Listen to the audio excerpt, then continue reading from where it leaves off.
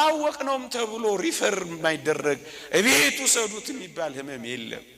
የእግዚአብሔር ቃል እንደሚናገረው እውሮች ያያሉ፣ ደንቆሮች ይሰማሉ፣ አንካሶች ይዘልላሉ፣ ድዳዎች ይዘምራሉ። እቺን ከተማ ትናፍቋት። ጮኩባችሁ እንጂ አደነቆርኳችሁ እንጂ እቺን ከተማ ማየት አትፈልግም አንተ። እዚህ ዘምረ እዛ ላትዘምር ነው። እዚህ ተሰብስበ እዛ ላትሰበሰብ ነው። እዚህ ነጭ ለብሰሽ እዛ ላትለብሺ ነው። እዚህ መተህ እዛ ልትቀር ነው። የሚበልጠው ከተማ አለ፣ በሽታ የሌለባት፣ በሽታ ፈብራኪዎችም የሌሉባት። ነገሯቸው አንፈልጋትም፣ ብንሞትም ወደ አምላካችን ነው ምን ሄደው በሏቸው። ስላነበብንና ስላወቀን ነው የምንጮኸው። ተረት ምናምን አይደለም የምናወራው፣ ቀምሰን ነው። በዚህ በበሽታው ዓለም የምትኖር ከተማ የለች። ይህች ዓለም የሴራ ናት። በሴራ አንቱ መባል ነው የምትፈልገው። ሸር በመፍተል ገናና መሆን ነው የምትፈልገው። ሰላም ደስ አይላት።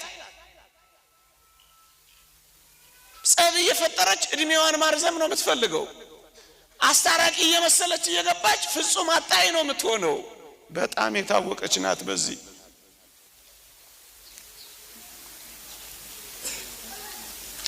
አንድ ትልቅ መዝገብ አንድ ሰው አይቶ ነግሮኛል።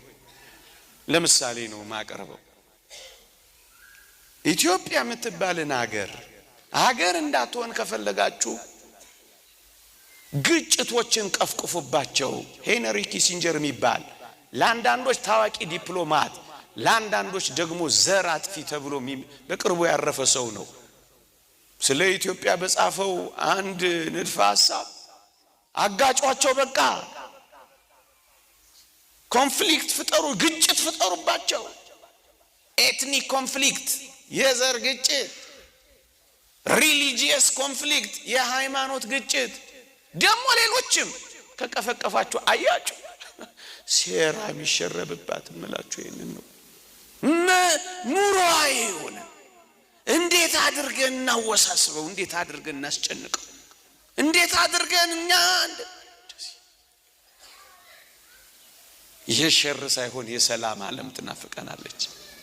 ሁከት የሌለባት ሰላም ያለባት የሰላም አለቃ መድኃኒታችን ኢየሱስ ክርስቶስ የሰላም መሪያችን የሚሆንባት የእግዚአብሔር ቃል እንደተናገረው የበዓላችንን ከተማ ጽዮንን ተመልከት፣ አይኖቼ የሰላም ማደሪያ፣ ካስማውም ለዘላለም የማይነቀል አውታሩም ሁሉ የማይበጠስ